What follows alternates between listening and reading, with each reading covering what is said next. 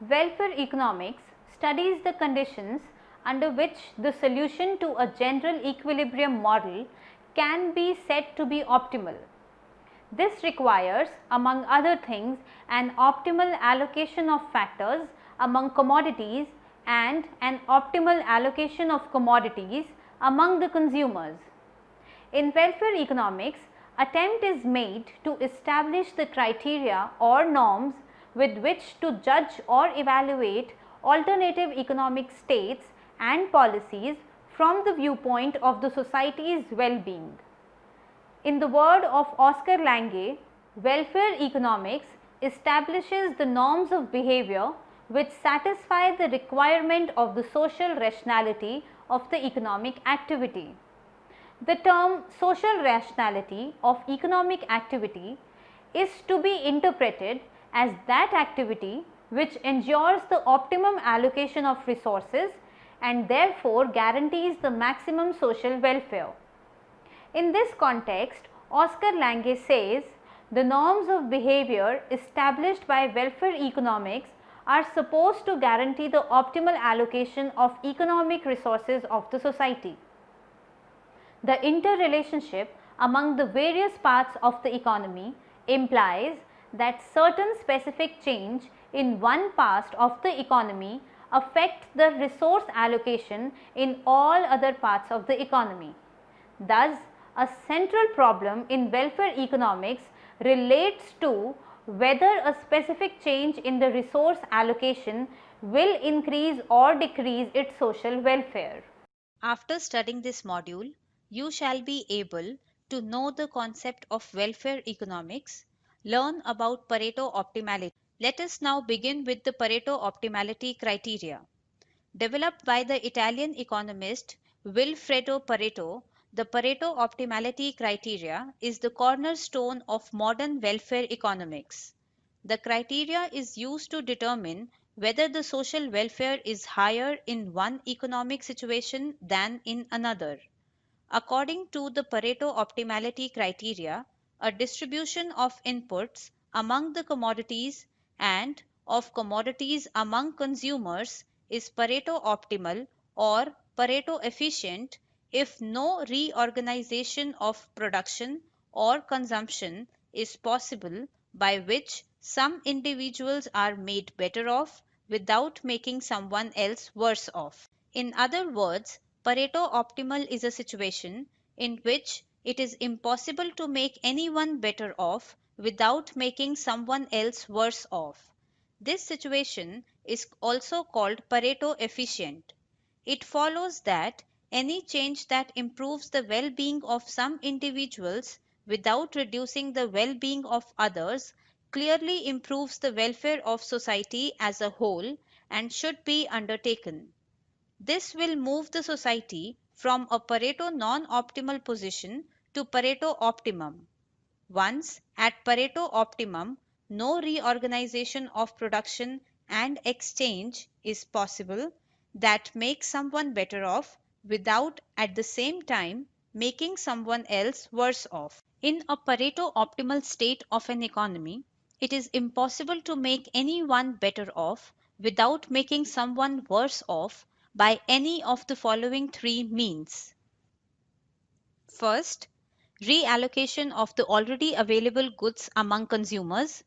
Second, reallocation of inputs among producers in order to increase the output of some goods without reducing the output of any other good. Third, changing the composition of output, that is, producing more of some and less of others. Let us examine each of these situations. First, allocation of goods among consumers. Efficiency in exchange. Pareto optimality in exchange is achieved when allocation of commodities among the consumers is such that it is not possible to increase the satisfaction of any person without reducing the satisfaction of someone else. Pareto optimality in exchange can be achieved only when all the consumers have the same marginal rate of substitution between the same pair of goods. This marginal condition with reference to two commodity and two consumer model may be expressed as MRS of A for good Y is equals to MRS for B for good X and Y. In a situation where this condition is not fulfilled, it is always possible to increase the total welfare by transferring some units of a commodity from a person who derives lower utility to the person who derives greater utility. The Pareto optimum allocation of commodities among the consumers is illustrated by using Edgeworth box as represented by the diagram. Pareto used ordinal utility functions to represent consumers' preferences as well as welfare levels using a two-consumer economy A and B. We can indicate their welfare levels by means of indifference curves mapping which satisfy the normal properties of consumer's preference ordering. The indifference curves for consumer A convex to origin OA are given by A1, A2, A3 and A4. The indifference curves of consumer B convex to origin OB are given by B1, B2, B3 and B4. The dimensions of the box are given by the total amount of the two commodities owned by the two consumers together. Any point inside the box indicates how the total amount of the two commodities is distributed between the two consumers. In the diagram, at points N, N1, N2 and N3, the indifference curves of consumers A and B are tangential to each other. This would imply that MRS of A for X and Y must equal MRS of B for X and Y at each of these points. The marginal rates of substitution between commodities X and Y are the same for both the consumers A and B. Since marginal rate of substitution are equal, no scope exists for improving the welfare of any one consumer unless the welfare of the other consumer is. It must be noted that Pareto optimality is often called Pareto efficiency.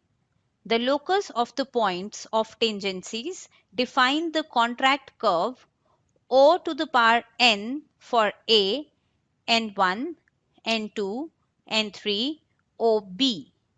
Once consumers A and B are on the contract curve, it is impossible to make either of them better off without making the other worse off.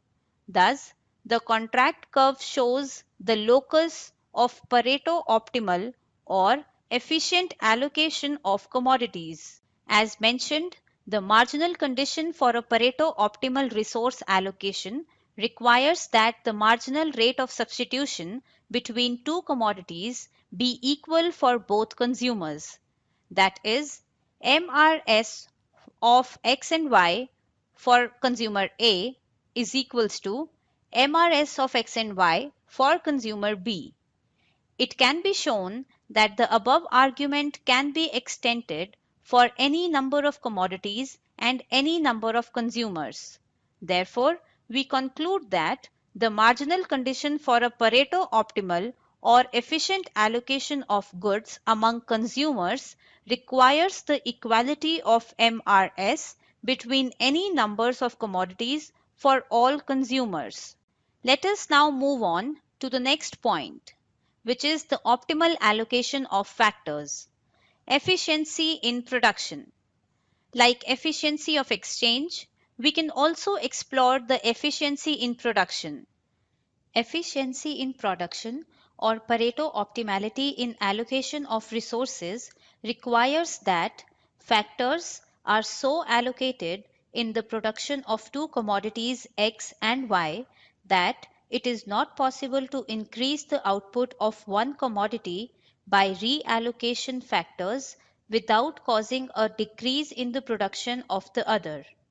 The marginal condition that must be fulfilled to achieve Pareto optimality in resource allocation is that marginal rate of technical substitution between labor and capital is the same for both X and Y produced by two firms.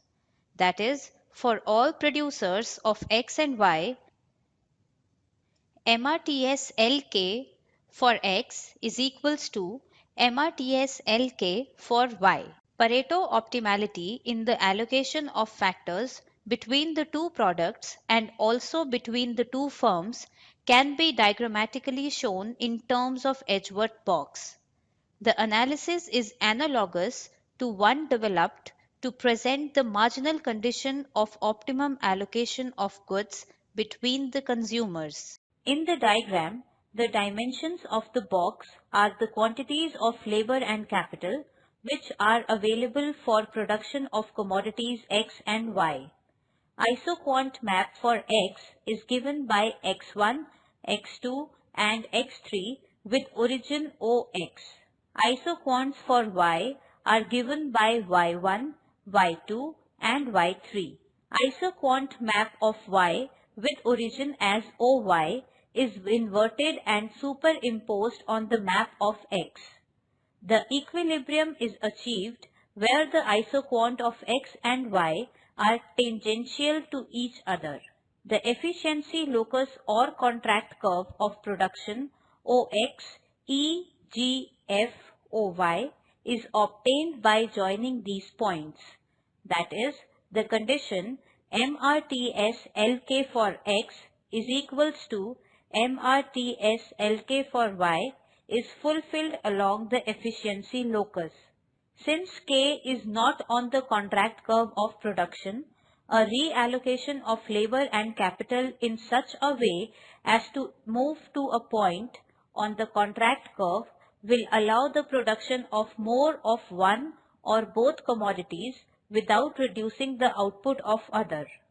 For instance, at point E, more Y and the same amount of X are produced, while at L, the output of both X. It may be noted that there are several points on the contract curve of production, and each of them represents the optimum allocation of labor and capital as between the two firms producing commodities X and Y. But which one of them is the best cannot be said on the basis of Pareto criteria, because movement along the contract curve in either direction represents such factor reallocation which increases the output of one and reduces the output of another firm. Now, we will discuss the optimal composition of output, efficiency in product mix. Given the fixed quantities of commodities, the consumption efficiency ensures their efficient exchange between individuals. Likewise, the production efficiency condition ensures efficient use of resources given the fixed amount of resources in producing different commodities. The third condition for Pareto efficiency is the product mix efficiency. That is, the mix of commodities produced by the economy must reflect the preferences of those in the economy. The economy must produce along the production possibility curve at a point that reflects the preferences of the consumers. Intuitively, this can be done by simply equating the rate of substitution between X and Y on both production and consumption sides. Since MRTXY shows the rate at which X and Y are transformed in production and MRSXY show the rate at which consumers are willing to exchange X and Y, the two ratios must be equal in the equilibrium. This gives the Pareto optimum condition for product mix. That is, it requires the equality between MRT in production and MRS in consumption for every pair of commodities and for every individual. In the case of a very simple economy composed of only two commodities and two individuals A and B, Pareto optimality in production and consumption requires that MRT x and y is equals to MRS of A for x and y is equals to MRS of B for x and y. The product mix efficiency condition thus requires a simultaneous equilibrium in production and consumption as represented in the diagram.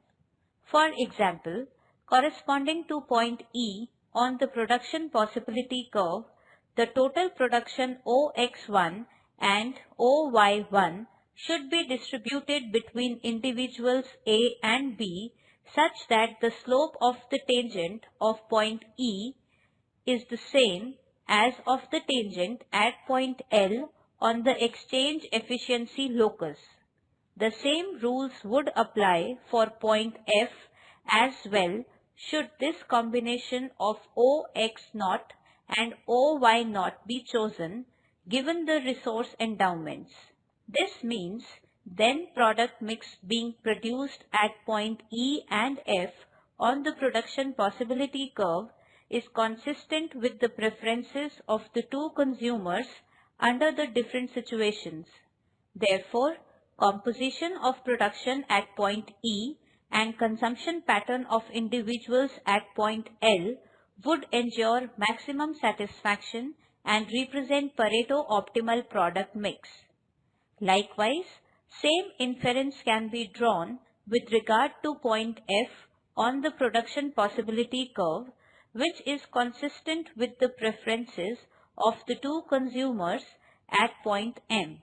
This is because Let us now discuss the role of value judgments in welfare economics. Welfare economics examines the conditions for economic efficiency in the production of output and in the exchange of commodities and equity in the distribution of income. The maximization of society's well-being requires the optimal allocation of inputs among commodities and the optimal allocation of commodities among consumers. The conditions for the optimal allocation of inputs among the commodities and exchange of commodities among the consumers requires that MRTXY is equals to MRSXY for A is equals to MRSXY of B. These are the objective criteria devoid of ethical connotation or value judgments. On the other hand, it is impossible to objectively determine the optimal distribution of income. This necessarily requires interpersonal comparisons of utility and value judgments. For example, imposing a tax of rupees 1000 on individual A and giving it as a subsidy to individual B will certainly make B better off and A worse off. But who is to say that the society composed of both individuals is better or worse off as a whole? Determining this involves comparing the utility gained by individual B. And even if A has a high income and B has a low income to begin with, different people will have different opinions on whether this increases the social welfare, reduces it, or leaves it unchanged. Therefore, no entirely objective or scientific rule can be defined.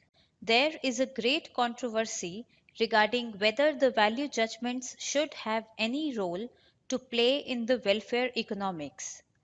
Robbins and his followers have been asserting that the inclusion of value judgments would make our subject unscientific, and therefore, according to them, economists should refrain from making value judgments.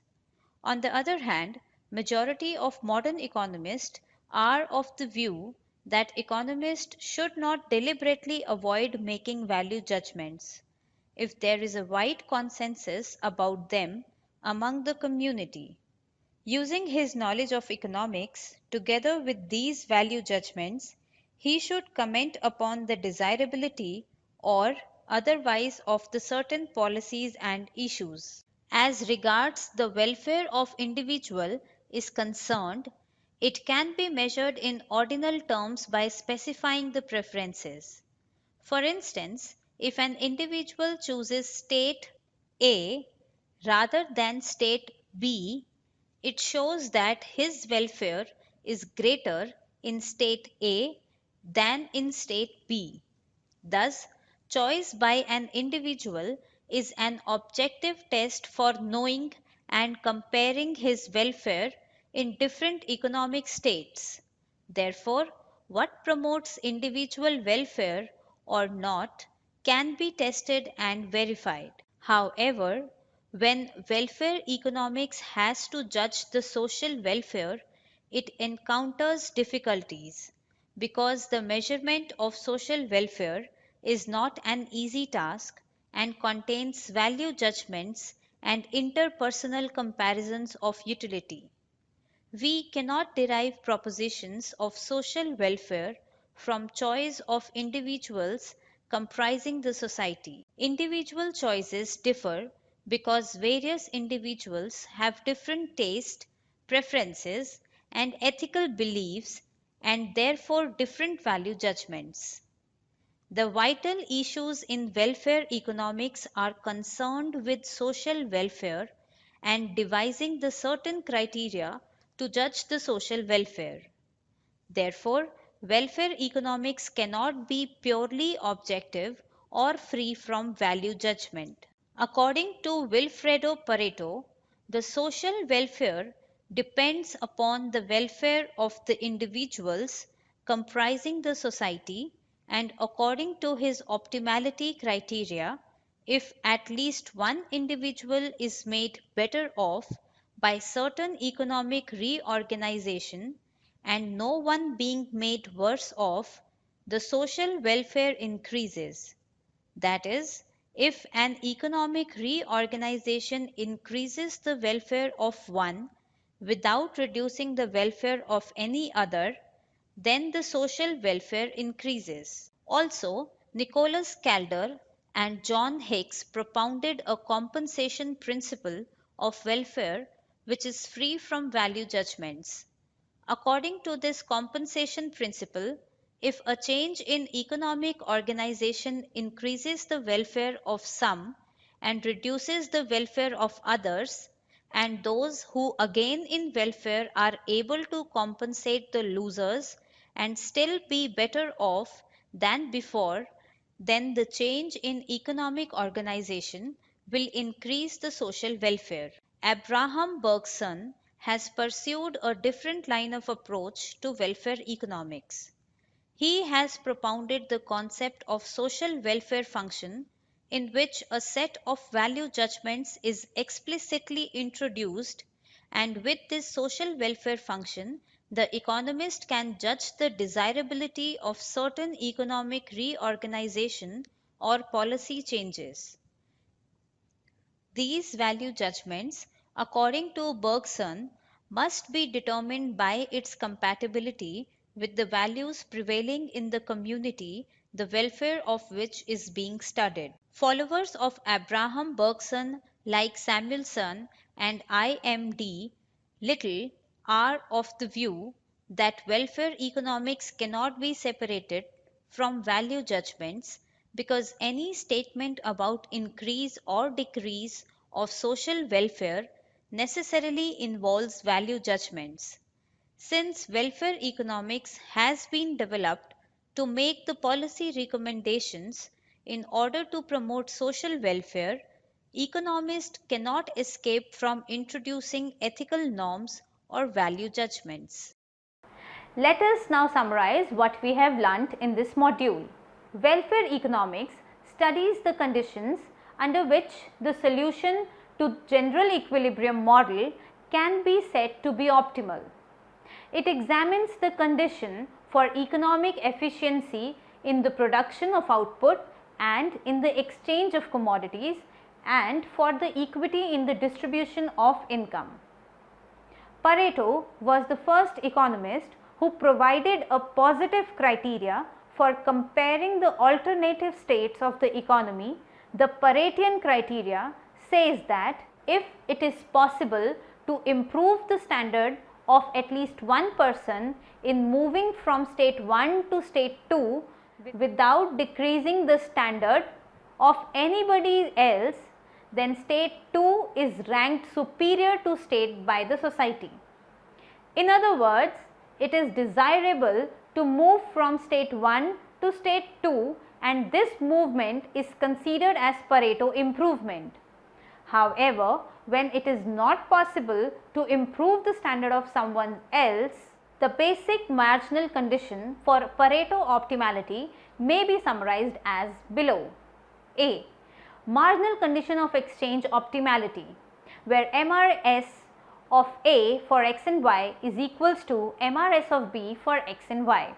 It means that the marginal rate of substitution between any pair of goods must be same for all the consumers. B. Marginal condition for production optimality. MRTS of x for labor and capital is equals to MRTS of y for labor and capital. That is, the marginal rate of technical substitution between any pair of factors must be equal for all commodities and for all the firms. C.